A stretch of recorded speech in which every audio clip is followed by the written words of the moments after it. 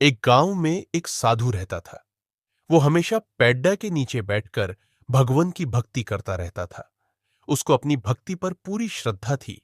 वो भगवान पर पूरा भरोसा रखते थे। एक दिन गांव में बहुत बारिश होने लगी। गांव के सारे नदी नालों में पानी भरने लगा। गांव के सारे लोग अपना सामान लेकर दूसरे गांव में बसने लगे।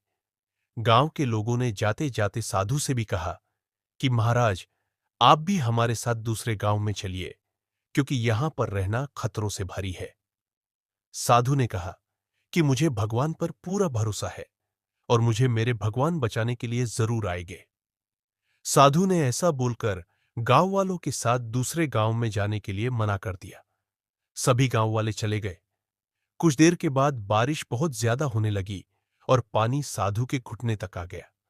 उसी वक्त एक गाड़ी वाला वहां से गुजर रहा था और उसने इस साधु को देखा और साधु से कहा कि आप मेरे साथ चलिए, मैं आपको इस गांव से बाहर ले जाता हूं। साधु ने कहा कि आप जाइए, मुझे मेरे भगवान बचाने के लिए जरूर आएंगे। वो गादी वाला भी वहां से चला गया। कुछ देर के बाद बारिश इतनी ज्यादा बढ़ गई कि पानी साधु के गले तक आ गया। तभी एक नाविक वहां से गुजर रहा था और उसने इस साधु को देखा और कहा कि आप मेरे साथ चलिए, मैं आपको इस गांव से बाहर ले चलता हूं। साधु ने उस नाविक से कहा कि आप जाइए, मुझे मेरे भगवान बचाने के लिए जरूर आएंगे। वो नाविक भी वहां से चला गया। बारिश बहुत तेजी से हो रही थी और पानी बढ़ता ही जा रहा था।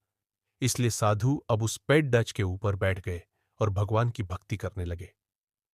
कुछ देर के बाद वहां से बचावकर्मी हेलीकॉप्टर लेकर गुजर रहे थे और उन्होंने इस साधु को देखा। उन्होंने साधु से कहा कि आप हमारे साथ चलिए, हम आपको बचाते हैं। इस बार भी साधु ने यही कहा कि आप जाइए, मुझे मेरे भगवान बचाने के लिए जरूर आएंगे। बहुत समझाने पर भी साधु महाराज में उनकी नहीं सुनी और वो बचाव कर्मी भी वहां से निकल गए। आखिर में पानी भर जाने से साधु महाराज डूब गए और उनकी मृत्यु हो गई।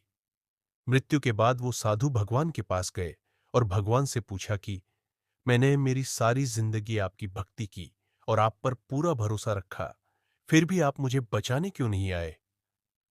भगवान ने कहा कि तुमसे किसने कहा कि मैं तुम्हें बचाने के लिए नहीं आया था?